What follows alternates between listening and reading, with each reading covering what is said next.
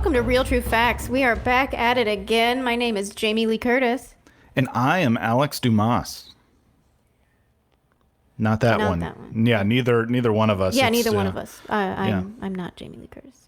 Not that one. Not that. Well, I am. You're right, but not that one. That one. Yeah. Right.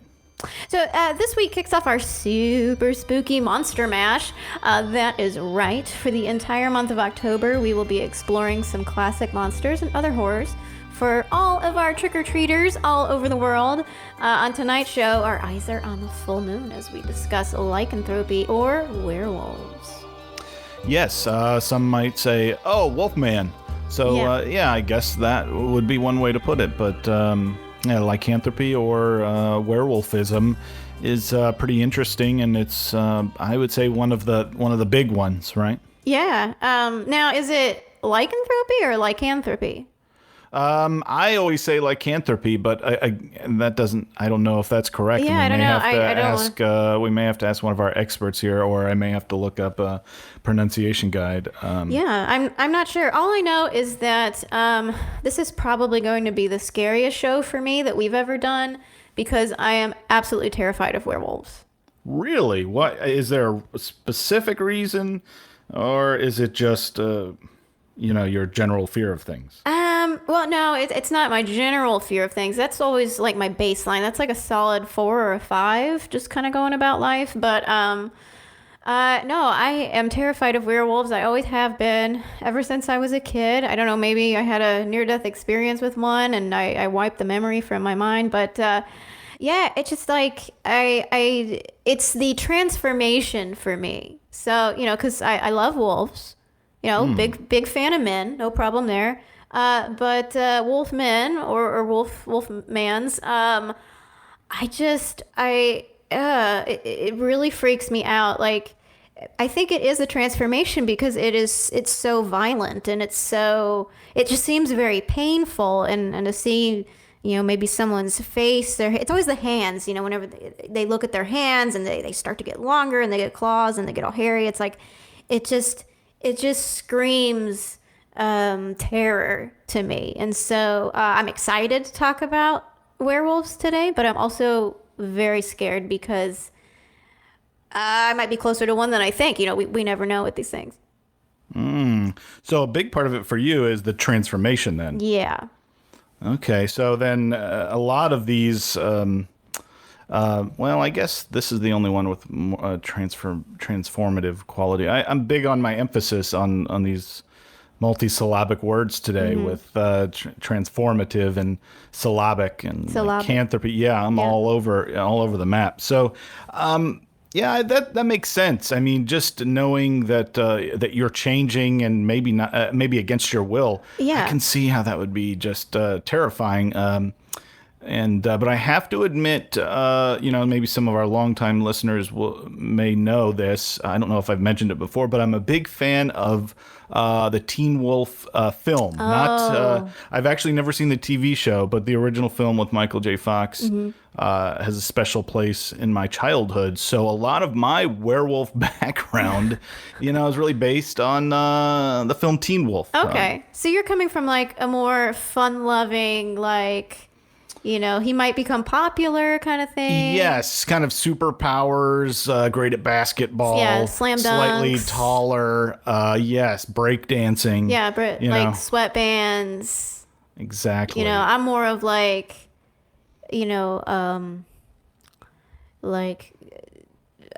American Werewolf in London, kind of like the scary full Bad Moon Rising kind of thing, or right, blood and sinew, and blood and bones and drooling fangs and things. Like corner you in an alley, or you get scratched or you get bit and you're like, oh man, that sucks, and then a month later this thing happens to you that you weren't even anticipating. So it's less about the like cool slam dunks. For me it is more of like, oh God, like this could change my life forever. Yeah, and actually that's a difference in Teen Wolf. The film is passed down through the genes. It was passed down through the family rather than him being bitten or scratched.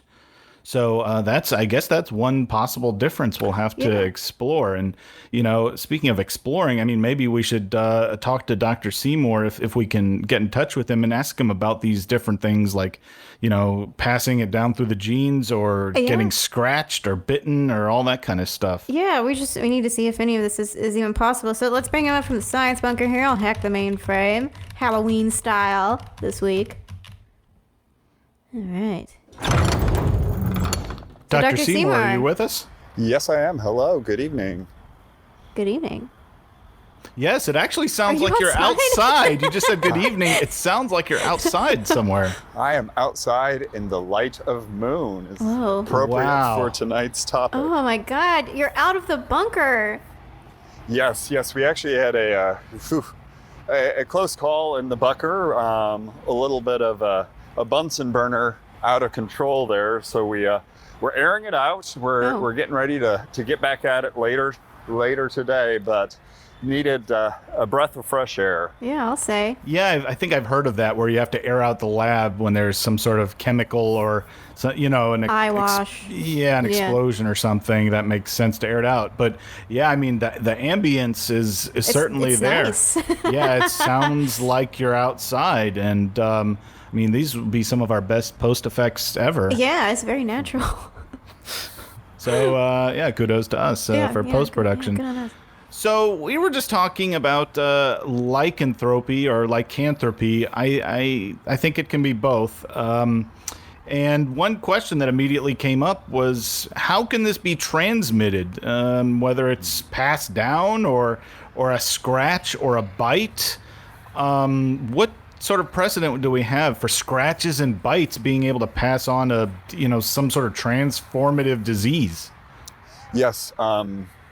With my experience, this is actually one of the things that it originally was hard to trace, but it was when in the 80s, I believe, when our knowledge of bloodborne pathogens really broadened, that we could kind of take on the challenge of solving this mystery as well. And it is something that is can be passed by a scratch or bite. It is a bloodborne mutagen. Okay, bloodborne But mutagen. as such, it is also once it is in a bloodline, depending on the dominant recessive genes there, it can actually pass on as well. So it changes your DNA to a point where it just becomes part of your genetic code, and you're able to have offspring that might carry this mutation as well. Exactly. Yes. Wow. Okay, interesting. And so then it could be possible that both are correct, right? That you could catch it, that it's bloodborne, and then you could then pass it on to your offspring through normal means of procreation? Yes. Interesting. So it sounds like maybe fiction, got it right in two cases, at least the two that we're mentioning now. Yeah. So, I mean, we know that there are ways that you can contract it. So, just not contracting it is like, just don't get bit, don't get scratched. But what if you do and you don't want it? The legends are that it was a curse. So, are we able to cure it with modern medicine? Or are we dealing with something that's like, you have to perform a ritual or go kill the werewolf that bit you, or there's all these things that we see in Hollywood and everything. But I'm thinking, is it too late for someone who's been bit? Can there be a cure? At this point, as far as my knowledge, and I do my best to stay up on these facts for personal safety, for general knowledge to share with the team here. I am not aware of a cure. It is, I have read some research that it's possible to kind of minimize the transmission, or from one generation to another. Transmission was an odd word there, sorry. Passing it along to your offspring, being very careful about the cycle of the moon and some of the other factors there during the time of both birth and conception that really will make it a much more recessive trait. But I am unaware of an ability to medically cure it in an infected were person / wolf. Interesting. Yeah, it sounds like as a man of science, there hasn't been a scientific way to crack it, using human genes or blood therapy or whatever. So that's one thing we'll have to be sure to ask about later on in the show, if there may be alternative means, not perhaps as traditional medicine. Yeah, because I don't think it's as simple as, just don't go outside, don't see the full moon. It's like if the moon is out and that's what triggers the transformation, it doesn't matter if you're inside or not. Like I guess it's connected to the cycle of the moon. So Dr. Semor, you need to be really careful. I don't know what the moon's doing tonight, but you're outside, so I would be very careful. Yes, I've definitely got my wits about me. To my knowledge, obviously, I have never transformed into a wolf myself, but obviously you've got to be on the lookout when for the others, because I'd like to come back on the show and I'd like to be a human being still. Yeah. Well, yeah, I second that. Yes, that's very understandable. Yeah.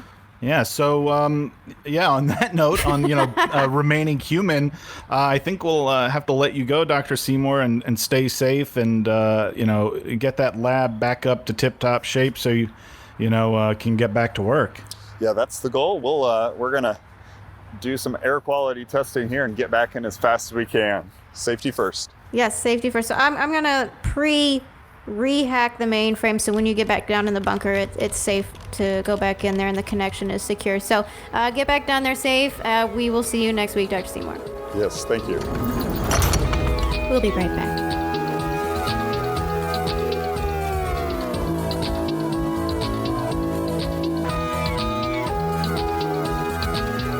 Our guest today is Dr. Lacey Doyle, DVM. She is a veterinarian from the Royal Veterinarian College at the University of London, Rhodes Scholar, and she runs a very successful blog called An American Veterinarian in London. Please welcome Dr. Doyle, DVM, to the show. Thank you so much for having me. I'm really excited to be here and talk about what I know. Yeah. Now, can we call you Dr. Lacey, or what do you prefer? Dr. Lacey is fine. Dr. Professor Lacey is fine. Sure. Dr. Doyle, whatever you prefer. Yeah. We want to make sure we get that doctor in there. You worked hard to get that. Yes, so. I did. I certainly did. Yeah, we don't want to forget that. So, Dr. Lacey, thanks for coming on. So today, thank you for joining our Monster Mash week 1. So we're talking about werewolves, or lycanthropy. What? There we go. Yeah, lycanthropy. Lycanthropy. Yep. Okay. That's going to take me a minute. Yeah, or if you're a Londoner, lycanthropy. Lycanthropy. Okay, all right. So speaking of that, so you went to school there, and you're back in the U.S., or do you bounce back and forth, or what's your current kind of status or your relationship there? I came to London in 2002 to start my veterinary schooling, and I've just been here ever since. I really took to the city. I love the mystery of it all, the rainy weather, the great public transportation, and here I've been since then. Yeah. Oh, cool. Yeah, I've been to London. It's really, really nice. I love it too. I love that it is very dark and rainy all the time. It definitely is a vibe. So. Yeah, if you can handle it, it's not very bad. Yeah, that's true. Yeah. So yeah, this week we're talking about werewolfism, or lycanthropy, or the Wolfman. Yeah. And what actually got you interested in this, Doctor? Was there an event in your life that made you that inspired you to pursue this this knowledge, or this field? Well, when I first came out to London, I only had the intentions of just going through veterinary college and starting my practice, working on any sorts of animals, from house pets to farm animals.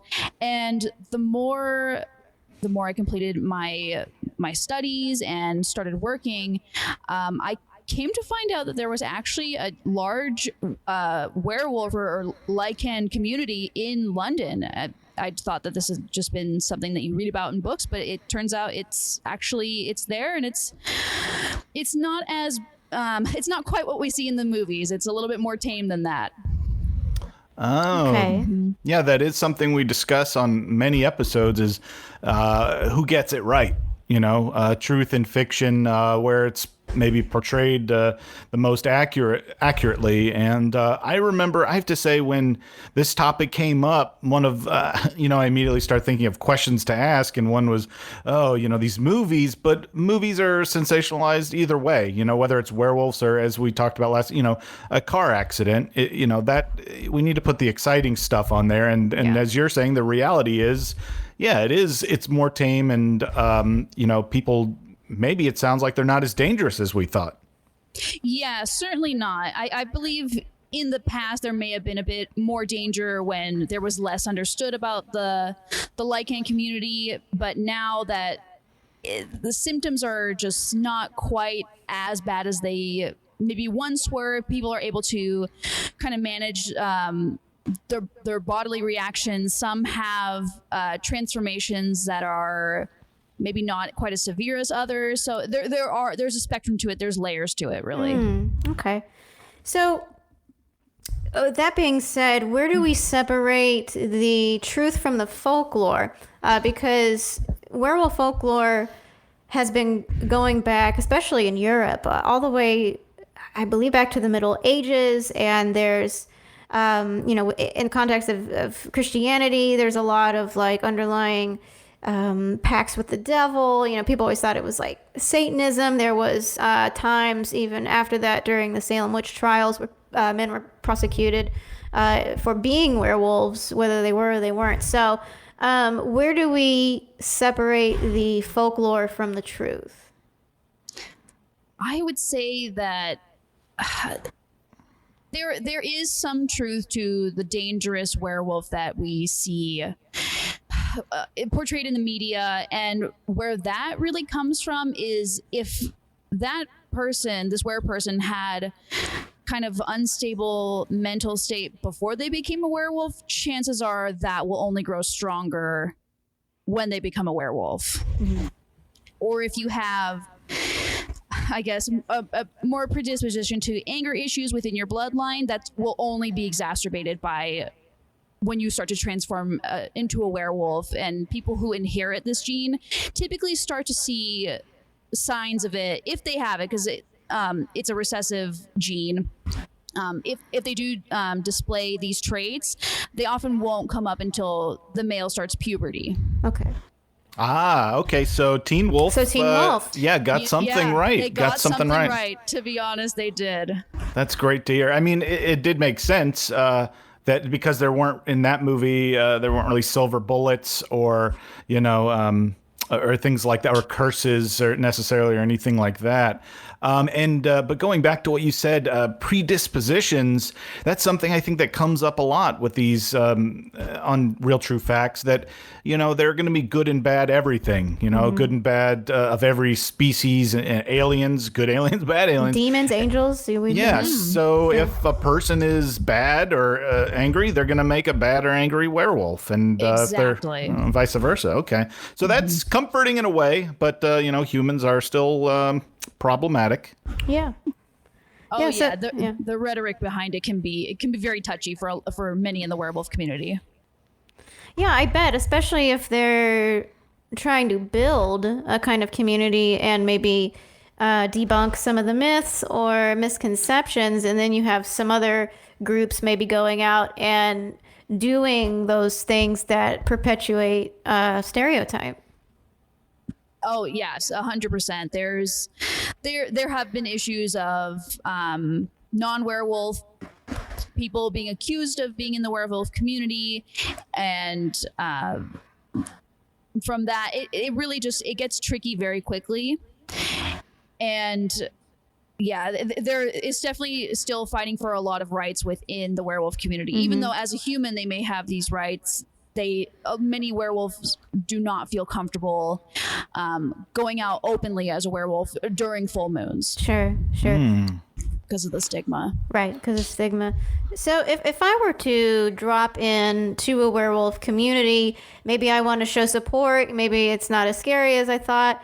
Am I in any danger? You know, if they, I don't know if they change with each other as a form of solidarity, or if that's something they go off and do solo. But if I were to be around one person as they were transforming, because that's where I have the biggest fear is witnessing that transformation, mostly because I see that it might be very painful for the person. Am I in any danger if I were to witness someone transforming? There is a slight danger, the danger with it. So you know the saying that more people are attacked by dogs than sharks every year. Mm-hmm. That same rule does not apply in the werewolf community, though there have been accidents and attacks. If you maintain a distance and don't try to actively interfere with the transformation, you have a very low risk of any sort of endangerment. Mm-hmm. Okay, so there's no inherent danger to a transformation, it sounds like. One thing that seems kind of common in all of the folklore and fiction is the kind of superpowers or super abilities, maybe is a better word, or heightened senses.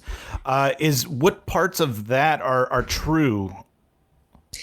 That is really on a case-by-case basis. There are some werewolves that do have an incredible sense of smell. There are other werewolves that are more athletic than others. There are some that are really just little couch potatoes. Mm-hmm.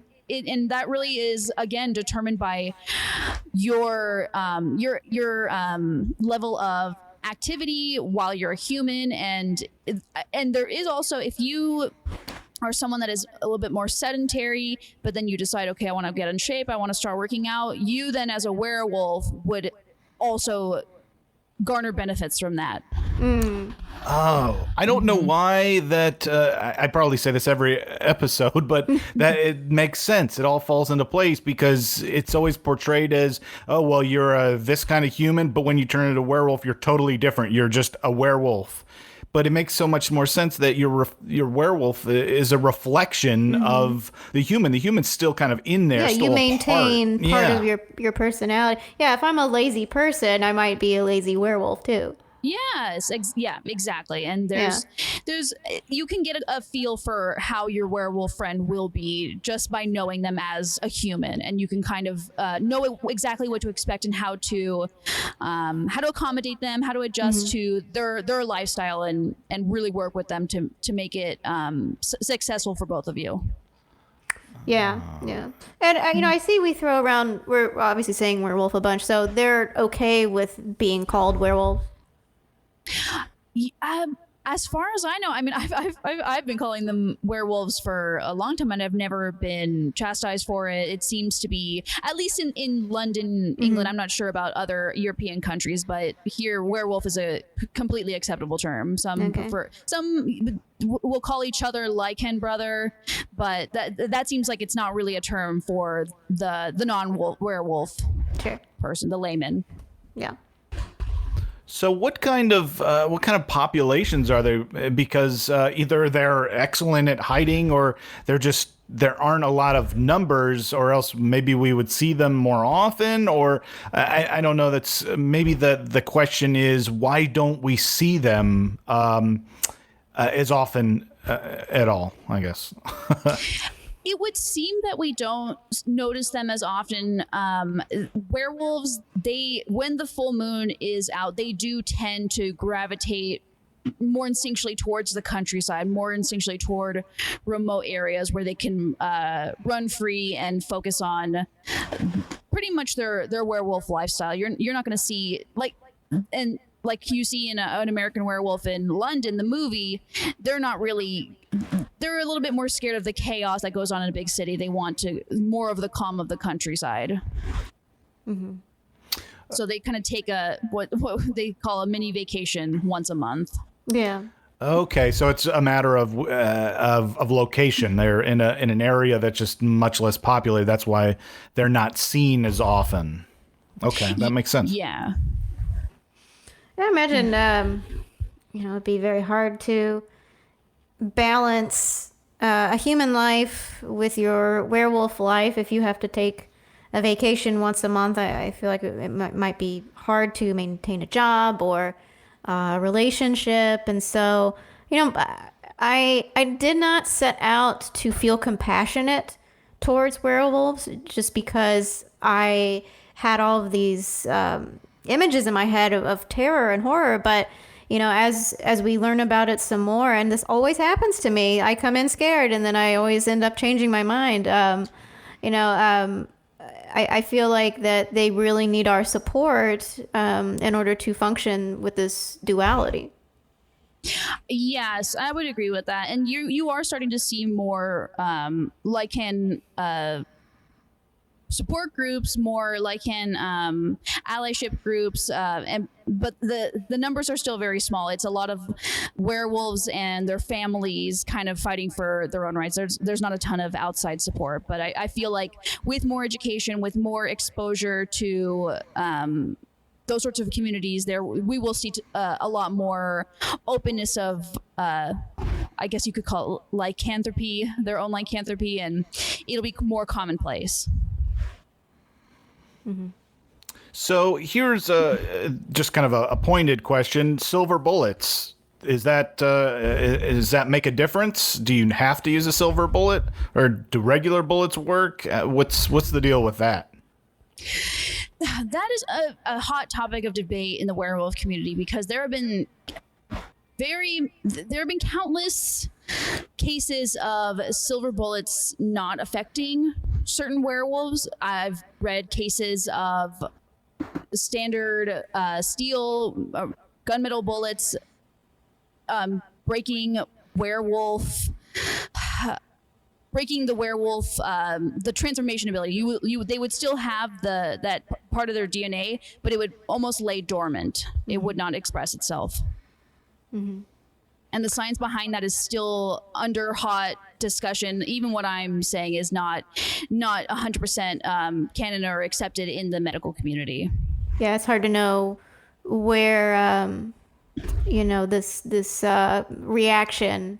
I mean, is it alchemy? I don't even know what it would be, but the reaction between if you could use that mid transformation, or if they were fully transformed, if silver was the way. I mean, I don't even like talking about possibly killing one now, because you've made me so compassionate towards them. But that might be the case. Why don't we take a quick break, and we'll come back. We'll talk more about silver bullets, maybe a few other things in your relationship with the werewolf. So we'll take a quick break, and we'll be right back. All right.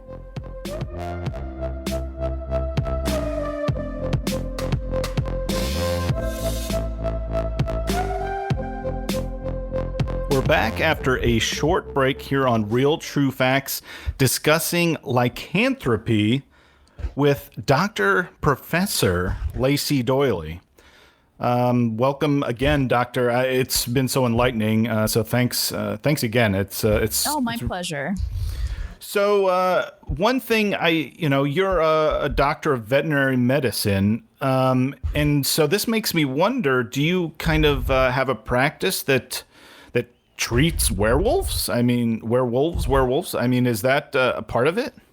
Yes. So my practice, we welcome all animals. I've all my studies have been for all animals, but I do have probably the second highest number of werewolf clients in the greater London area. Okay. Wow. Yes.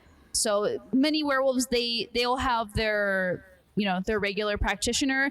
But then if they have any issues post transformation, that's when they would come to me, essentially, because if they are able to see me within a week after their transformation, I can do a lot for them. If it's been more than 2 weeks, then my abilities are a little bit limited, because now by that point they're a full human. There is that come down period when I'm most effective in being able to treat them. Yeah, and what kind of issues do you run into? Maybe chiropractic, or what do you what okay? Chiropractic is a big one. Usually treating wounds that they happen to get while they're transformed into their werewolf form. Sometimes rabies. That's a very common and easy thing to treat. It's really not a big deal like some people might think it is. Interesting. So what I've heard a lot of stories, from whether it's a vet or an ER tech or an ER doctor. Do you have like one case of, a crazy story, a crazy vet story involving a werewolf? Yeah, the one that comes to mind, and with respect to anonymity, I probably won't say any details of age or location, but that's fine. Sure, yeah, definitely. I did have a case of a werewolf that was taking a very long time to come out of his transformation, his transformed I guess what I mean to say is that it was taking him a long time to transition back into his male form, his human male form.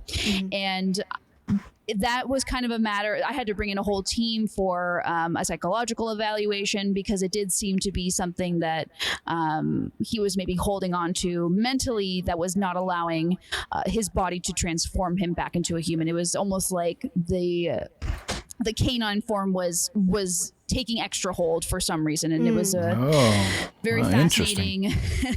probably one of the craziest cases I've had, and I stay in close contact with this client, and he's doing great now. No such issues since then, but that was a kind of a scary moment. I know his family, they suffered a lot during that period of time.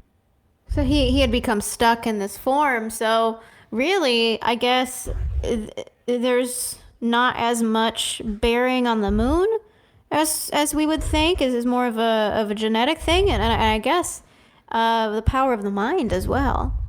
Yeah, that was a very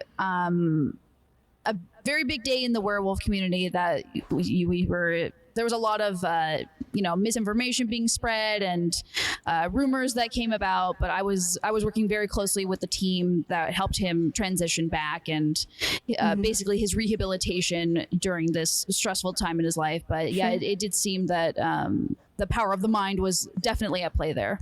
Yeah.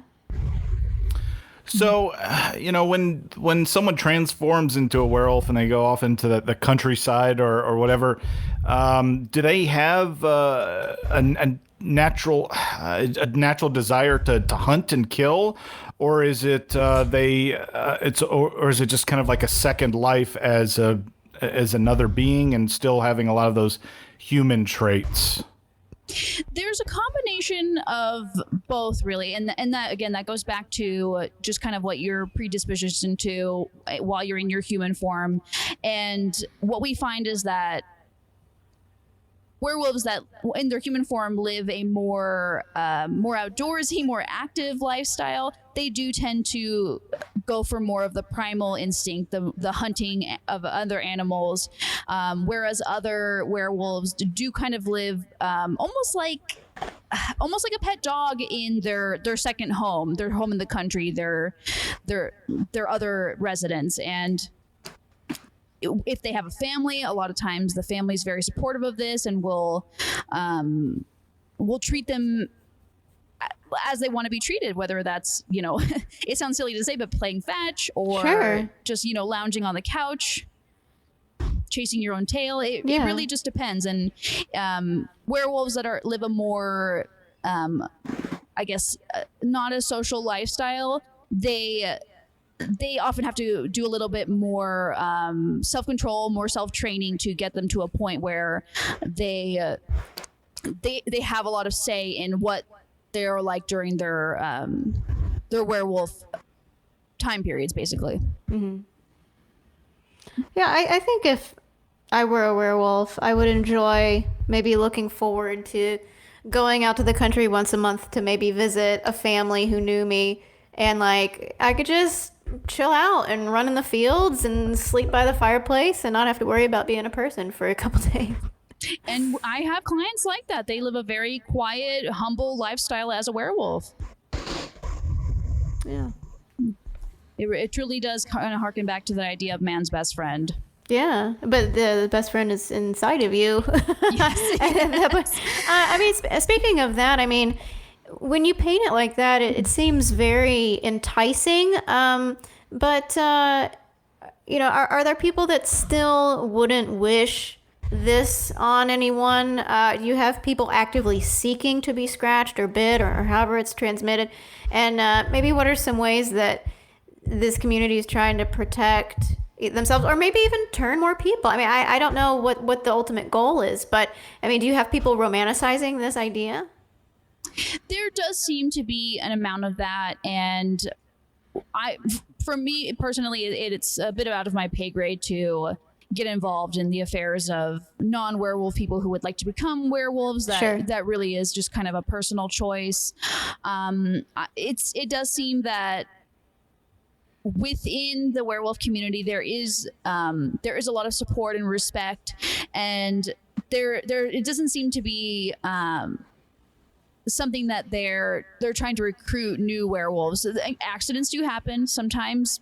People get bit when they don't mean to be, and there are programs and resources in place to help those people mitigate their symptoms and be able to live a more human dominant lifestyle and not go through the transformations maybe as long or as often.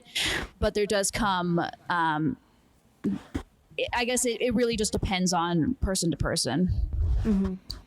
Wow. So the way the way you're speaking, it really leads me to believe they have their own kind of rules and possibly a governing body, and are very organized. It isn't just every werewolf for themselves.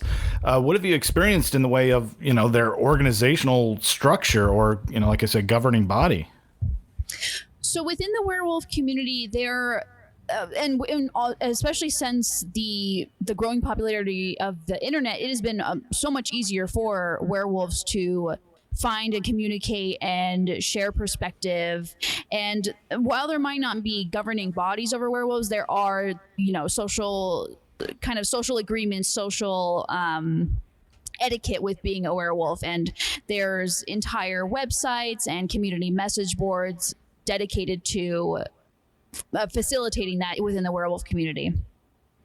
Because I've read your blog. I mean, it's an incredibly popular blog. I mean, not only do you talk about, what it's like treating different animals, especially going out in the country and treating farm animals, the issues that they run into there. But I mean, you are very candid about your experiences with the werewolf community, but you do talk about it a little bit. And I'm very I guess pleased to see the compassion. I think at first maybe I was confused about the compassion, but I mean, you are a doctor after all, and there is the oath that you take. So I mean, I think that your blog is an excellent resource for things like that, especially for people that might want to learn more. Yes, yeah, my blog is definitely a good starting point for new werewolves, for family members of werewolves looking for resources, or even just a regular person just interested in learning more and just gaining that knowledge of how they can approach potential werewolves in their lives, and safe ways to ask someone who you think might be a werewolf, and to show respect and really just be a disarming presence in front of a werewolf. Mm-hmm. So I do have to ask our weekly question here. I mean, I know I mentioned silver bullets earlier, but if you do encounter a dangerous werewolf, someone who is angry and, is transformed, what kind of advice or safety tips would you give to someone who, may have no idea what's going on? So I guess the, first step is how to know, what clues to look for, and then how to react or defend oneself.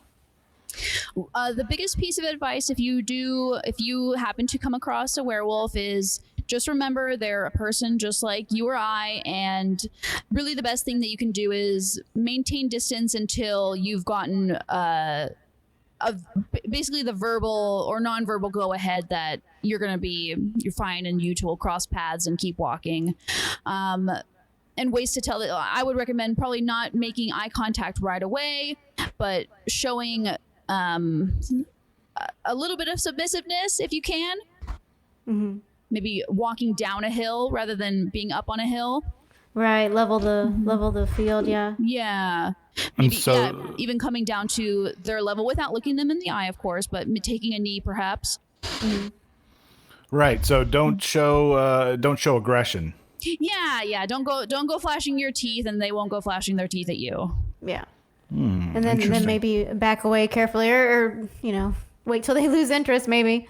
Yeah, definitely wait until they lose interest or are kind of. We've seen dogs when dogs are fine with the situation, they just kind of sit their bottoms down and just kind of look at you with their head to the side. You do tend to see a lot of that in werewolf encounters. Sure.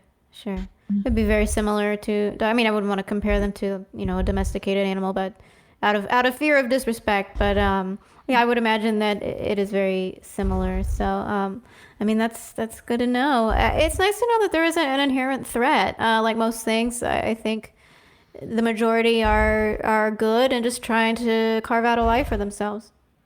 Yeah, definitely. At this point, it's becoming more commonplace, more widely accepted. So I'm looking forward to see the werewolf community grow and thrive.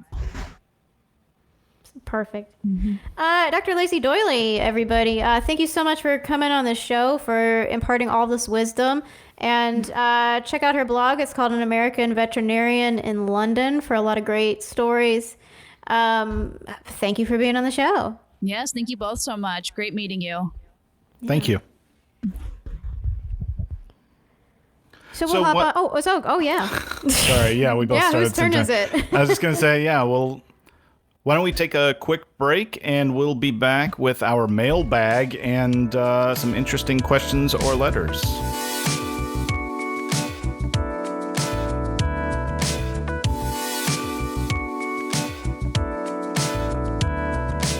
We're back from our final break on Real True Facts. Let's open the mailbag. Let's see what we got today. Yes, I'm excited.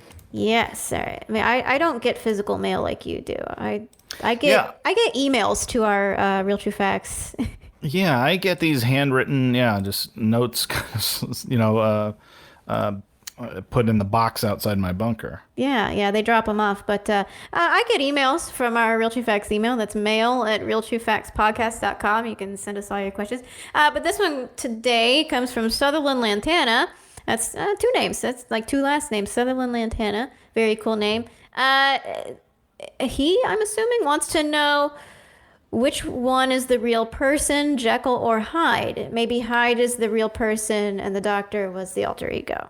Oh, that's, at first you think in kind of physical realities, but I feel like that's an existential question. That's existential. That's like the Batman question. It's like, oh, is Batman the real one, or is Bruce Wayne the secret identity and he really is Batman? Because it's Dr. Jekyll and Mr. Hyde, and Mr. Hyde, but maybe Dr. Jekyll really was like Mr. Hyde and he was pretending to be put together because, he drinks the potion or whatever and he turns into this raving madman of Mr. Hyde. Maybe that really is. So maybe, this potion was actually a cure for a case of, which is the bad one? Mr. Hyde was the bad one. So maybe it was just a cure for Dr. Jekyll. So like you said, he was Hyde all along, but it didn't show until he finally made this cure for being simple and nice. Right. And so I like that. That's a fun flip. That's a fun maybe one. I'll read a book or Cliff's Notes or something and go back and take a look. Yeah, that's pretty interesting. I say that. I mean I won't. But I would say you're gonna read. Yeah, I won't. But I like to say it. It feels good at that moment. In the moment you think that, oh, maybe I'll pick up a book and look at it. Mr. Hyde, Dr. Jekyll or Mr. Hyde. So who do you say? You think he's really Hyde and Dr. Jekyll is the fake one, or vice versa?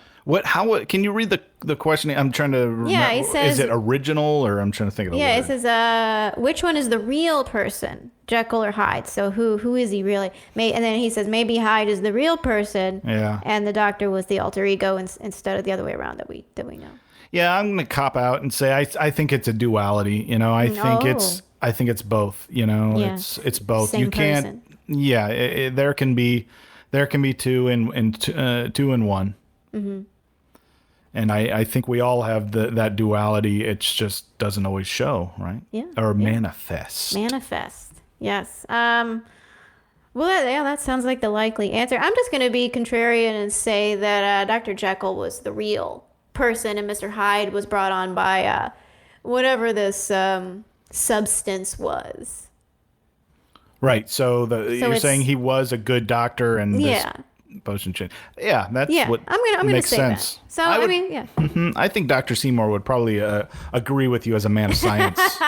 His influence is rubbing off on me. I'm like, what's the logical explanation Yeah, well, here? science says Yeah, I the like evidence. I like your answer better though. So maybe we'll go with that. So we'll say the answer to this question is that they are both two sides of the same coin, perhaps. Yes. So that's great. Great question. Thank you, Sutherland. And if anyone else wants to send us questions, if we like them, if they're good, we'll read them on the air. That's mail@realtruefactspodcast.com. We also post questions on our Instagram. That's at realtruefactsgram. And we posed a question today in anticipation of our Monster Mash because this is week 1. Next week is week 2 of Monster Mash. So we wanted to know who is your favorite classic monster? We had a couple responses. I posted it before we recorded this episode. So someone said Dracula. Another person says Leatherface.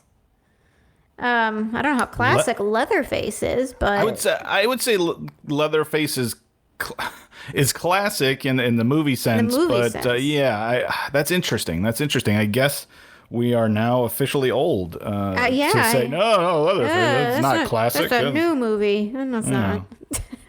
Yeah, that's what's interesting. Yeah, I don't know. I mean, Leatherface is a specific kind of cannibal, I think.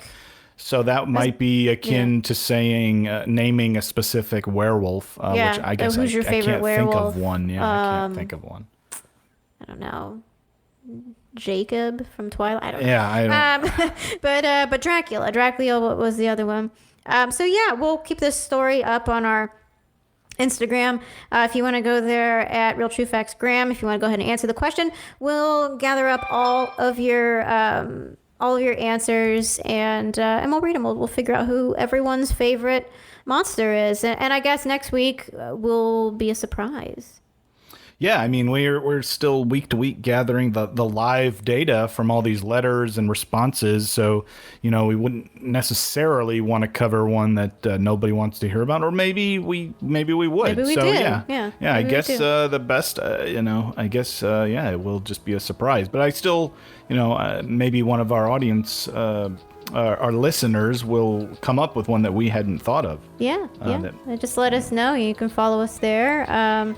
You can listen to the show so many different places. Spotify, Amazon, Apple, Google, Stitcher, Podbean, you name it, we're on there. No one has defeated our challenge of naming a platform. A platform that they use that we're not on. So that'll be the treat next week, is in our trick or treat. And also shout out to Podmoth. That is our network that we are proudly a part of. If you want more spooky Halloween stuff and shows, you can check out their list of shows. We are proudly a part of that one.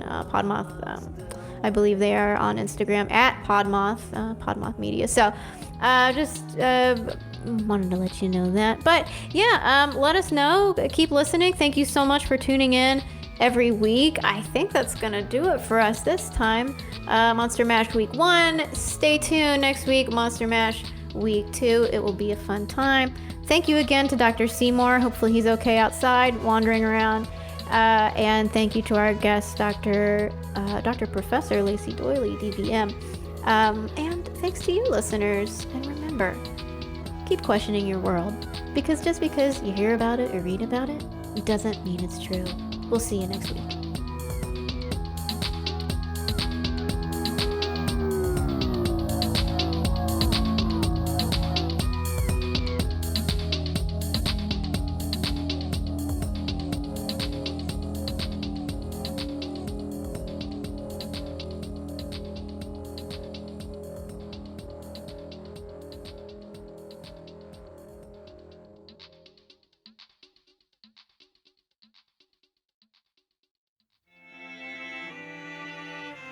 cod moth.